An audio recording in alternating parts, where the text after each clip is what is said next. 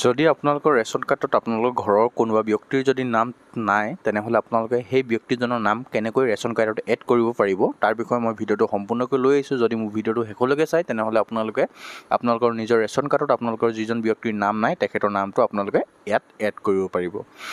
ইয়াত এড কৰিবৰ কাৰণে আপোনালোকে ইয়াত প্ৰথম আপোনালোকে যিটো মোবাইলৰ প্লে ষ্ট'ৰ আছে সেই প্লে ষ্ট'ৰত গৈ আপোনালোকে ইয়াত এটা এপ ডাউনলোড কৰিব লাগিব। এপটোৰ নাম হৈছে মেৰা ৰেচন 2.0 যিটো আপোনালোকে এপ আহিব সেই এপটো আপোনালোকে ইনষ্টল কৰি ল'ব। ইনষ্টল কৰি আপোনালোকে অ'পেন কৰিব লাগিব।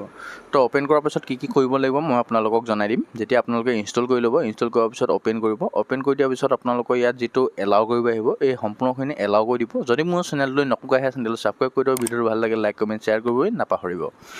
ইয়াত আপোনালোকে যিটো এলাউ কৰিবলৈ আহে সেইখিনি আপোনালোকে এলাউ কৰিব। আপোনালোকে ইয়াত লেংগুৱেজটো চিলেক্ট কৰিব। যদি অসমীয়া লাগে অসমীয়া কৰিব, যদি আপোনালোকে ইংলিছ লাগে ইংলিছ কৰিব। ইয়াৰ পিছত আপোনালোকে গেট ষ্টাৰ্ট ক্লিক কৰিব। গেট ষ্টাৰ্টত ক্লিক কৰি দিয়াৰ পিছত আপোনালোকে যিটো বেনিফিচিয়াৰী ইউজাৰ তাত আপোনালোকে টিক মাৰ্ক মাৰি ল'ব। তাৰপিছত আপোনালোকে যিটো আধাৰ কাৰ্ডৰ নম্বৰ আছে সেই আধাৰ কাৰ্ডৰ নম্বৰটো মাৰিব আৰু আপোনাৰ যিটো কেপচাৰ আছে সেই কেপচাৰটো ইয়াত এণ্টাৰ কৰি পিনি যিটো লগ ইন উইথ OTP আছে তাত আপোনালোকে ক্লিক কৰিব লাগিব। যেতিয়া লগ ইন OTP ক্লিক কৰি দিয়াৰ লগে লগে আপোনালোকৰ যিটো আধাৰ কাৰ্ডৰ লগত মোবাইল নম্বৰ লিংক আছে সেই মোবাইল নম্বৰটো আপোনালোকৰ প্ৰয়োজন হ'ব আৰু সেই মোবাইল নম্বৰটো আপোনালোকৰ যিটো মোবাইলত আপোনালোকে এই ৰেচন কাৰ্ডৰ এড কৰিবলৈ ল'ব তাত আপোনালোকে চিমখন লগা হ'ব লাগিব।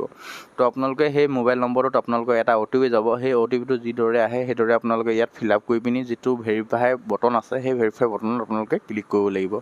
যেতিয়া আপোনালোকে গোটেই OTPটো ফিল আপ কৰি পিনি আপোনালোকে যেতিয়া ভেৰিফাই কৰিব, ভেৰিফাই কৰি দিয়াৰ পিছত আপোনালোকে ইয়াত অ'কে কৰিব। অ'কে কৰি দিয়াৰ পিছত আপোনালোকৰ ইয়াত ক্ৰিয়েট পিং, যদি আপোনালোকে ক্ৰিয়েট পিং এপটো যদি লগাব বিচাৰে ক্ৰিয়েট কৰি ল'ব। যদি লগাব নিবিচাৰে তেনেহ'লে স্কিপ কৰি দিব। ইয়াত আপোনালোকে এলাউ কৰি দিব। এলাউ কৰি দিয়াৰ পিছত আপোনালোকৰ পেজটো এনেকৈ খোল খাব। আপোনালোকে টেপ টু অ'পেন এইখিনি আপোনালোকক পেজটো প্ৰথম খোলাৰ কাৰণে আপোনালোকক দেখাই দিব। সম্পূৰ্ণ আপোনালোকৰ ৰেচন কাৰ্ডটো ইয়াত আহি যাব। ৰেচন কাৰ্ডটো আপোনালোকৰ ইয়াত ডিজিটেল ৰেচন কাৰ্ডটো আহিব। ডিজিটেল ৰেচন কাৰ্ডটো আপোনালোকে যদি ডাউনলোড কৰিব বিচাৰে ডাউনলোড কৰিব পাৰিব।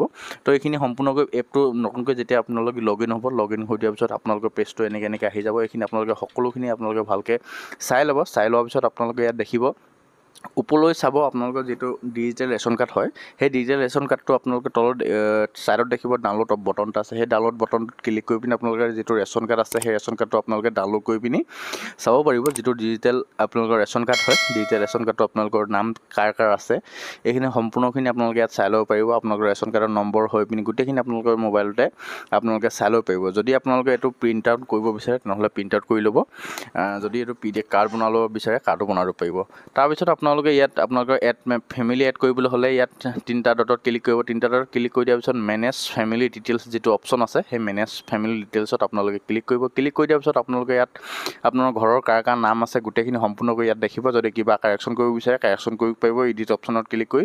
যদি আপোনালোকে নতুন মেম্বাৰ এড কৰিব বিচাৰে তেনেহ'লে যিটো ওপৰত দেখিব এড নিউ মেম্বাৰ যিটো অপশ্যন আছে এড নিউ মেম্বাৰত আপোনালোকে ক্লিক কৰি দিব। ক্লিক কৰি দিয়াৰ পিছত আপোনালোকৰ পেজটো এনেকৈ খোল খাব। এনেকৈ খোল খাই দিয়াৰ পিছত যিটো আপোনালোকৰ আধাৰ কাৰ্ডৰ নাম আছে সেই নামটো আপোনালোকে ইয়াত ইংলিছত ফিল আপ কৰি দিব। ফিল আপ কৰি দিয়াৰ পিছত যিটো আপোনাৰ লোকেল লেংগুৱেজ হয় তো আপোনাৰ অসমীয়াত আহিব। অসমীয়াটো আপোনালোকে ইয়াত নামটো ফিল আপ কৰি দিব। নামটো ফিল আপ কৰি দিয়াৰ পিছত আপোনালোকৰ যিটো জেণ্ডাৰ আছে জেণ্ডাৰটো আপোনালোকৰ কোন হয় মেল ফিমেল যি হয় আপোনালোকে ফিল আপ কৰি দিব। এইটোৰ পিছত তাৰপিছত আপোনালোকৰ ডেট অফ বাৰ্থটো ইয়াত চিলেক্ট কৰিব।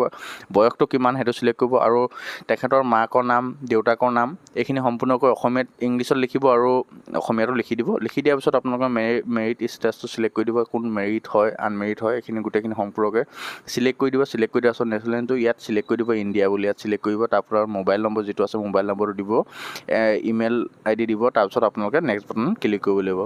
তো এইটো বহুত দীঘলীয়া প্ৰচেছ হয়। মই এটা সৰুকৈ চমুকৈ আপোনালোকক গোটেইখিনি দেখাই দিছোঁ। যদি আপোনালোকৰ সম্পূৰ্ণ ভিডিঅ'টো লাগে কেনেকৈ কি কৰিবলৈ, কাৰণ ইয়াত 9টা ষ্টেপ ক্লিয়াৰ কৰিব লাগিব তেতিয়াহে আপোনালোকৰ ৰেচন কাৰ্ডত আপোনালোকৰ নামটো এড হ'ব।